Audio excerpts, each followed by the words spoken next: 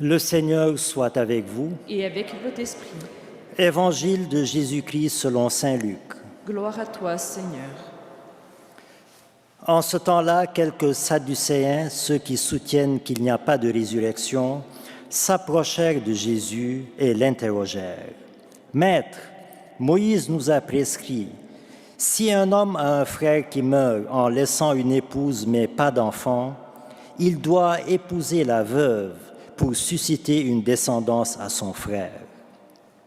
Or, il y avait 7 frères. Le premier se maria et mourut sans enfant.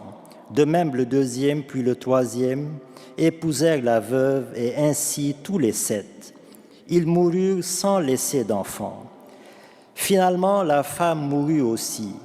Eh bien, à la résurrection, cette femme-là, duquel d'entre eux sera-t-elle l'épouse, puisque les 7 l'ont eue pour épouse? Jésus leur répondit, « Les enfants de ce monde prennent femme et mari, mais ceux qui ont été jugés dignes d'avoir part au monde à venir et à la résurrection d'entre les morts ne prennent ni femme ni mari, car ils ne peuvent plus mourir. Ils sont semblables aux anges, ils sont enfants de Dieu et enfants de la résurrection. Que les morts ressuscitent, Moïse lui-même le fait comprendre dans le récit du buisson ardent, quand il appelle le Seigneur le Dieu d'Abraham, le Dieu d'Isaac, le Dieu de Jacob. Il n'est pas le Dieu des morts, mais des vivants. Tous, en effet, vivent pour lui. Alors certains scribes prirent la parole pour dire, « Maître, tu as bien parlé. » Et ils n'osaient plus l'interroger sur quoi que ce soit. Acclamons la parole de Dieu. Louange à toi, Seigneur Jésus.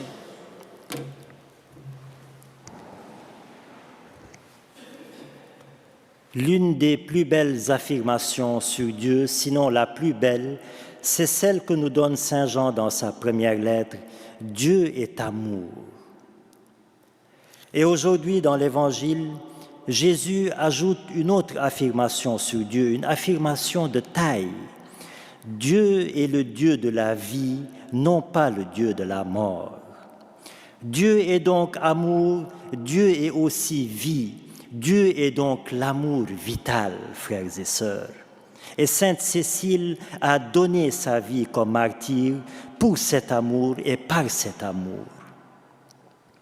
Et tout chrétien qui croit en ce Dieu d'amour et en ce Dieu de vie doit lui-même mener une vie dans l'amour, c'est-à-dire une vie où l'amour du Christ inspire ses actes, ses pensées et ses paroles. Mais on peut se demander, faut-il être nécessairement chrétien pour vivre dans l'amour? Ne peut-on pas vivre dans l'amour sans être chrétien? Bien sûr que si, mais un amour vécu sans le Dieu d'amour serait un amour naturel, un amour ordinaire, un amour qui n'aime que ceux qui sont aimables, ceux qui sont agréables, ceux qui sont faciles à aimer. Or, Jésus nous dit, « Si vous aimez seulement ceux qui vous aiment, quelle récompense aurez-vous? Les publicains eux-mêmes n'en font-ils pas autant?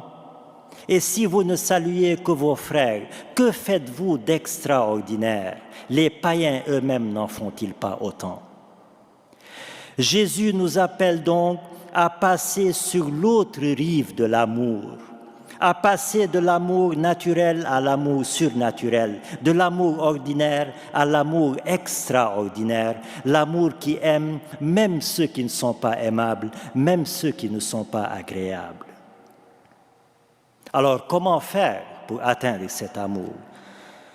Bien sûr, avec la grâce de Dieu et peut-être en portant sur l'autre un regard d'espérance, c'est-à-dire en regardant l'autre au-delà de ce qui se voit, au-delà de ses défauts, de ses imperfections, et voir en lui une humanité faite à l'image de Dieu comme moi-même, et blessée par le péché comme moi-même, et qui, comme moi-même, est capable de faire mieux et capable de devenir meilleur.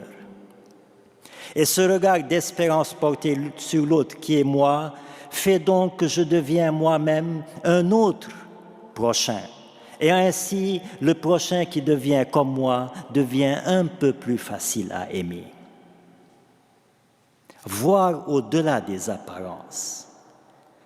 Et ce qui est beau, frères et sœurs, dans notre foi chrétienne, c'est que nous ne vivons pas dans l'amour pour que Dieu nous aime.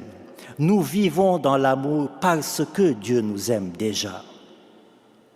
Un bon enfant n'agit pas bien pour que ses parents l'aiment. Il agit bien parce que ses parents l'aiment déjà. Un bon chrétien n'agit pas bien pour que Dieu l'aime, mais parce que Dieu l'aime déjà. Alors, vivre dans l'amour est donc une réponse à l'amour primordial de Dieu. C'est une conséquence de l'amour de Dieu et non pas un devoir pour mériter son amour.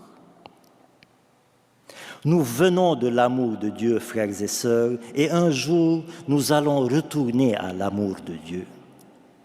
Et quand viendra l'heure du retour, quand viendra l'heure où nous paraîtrons devant ce Dieu d'amour et de vie, qu'allons-nous alléguer pour notre défense si nous avions oublié de vivre concrètement l'amour sur terre?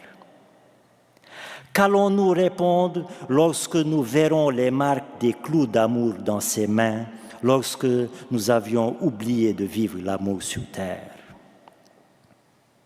Celui qui paraîtra devant Dieu vide d'amour mourra de honte, disait saint Charbel dans ses conseils spirituels. Celui qui paraît devant Dieu vide d'amour mourra de honte. Frères et sœurs, chaque fois que l'être humain oublie d'aimer, eh bien, il devient inhumain et bâtit un monde de la révolte, de la concurrence, de la compétition, de la discrimination, des violences, des guerres, etc. Seul l'amour sauvera le monde et seul l'amour vaincra le mal. Tout disparaîtra, absolument tout disparaîtra, sauf l'amour, car l'amour n'a pas de commencement, l'amour n'a pas de fin, il est éternel. Alors, puissions-nous aujourd'hui, dans cette Eucharistie et par l'intercession de Sainte Cécile, puissions-nous aimer l'amour sur terre pour vivre éternellement d'amour au ciel avec ce Dieu d'amour et de vie. Amen.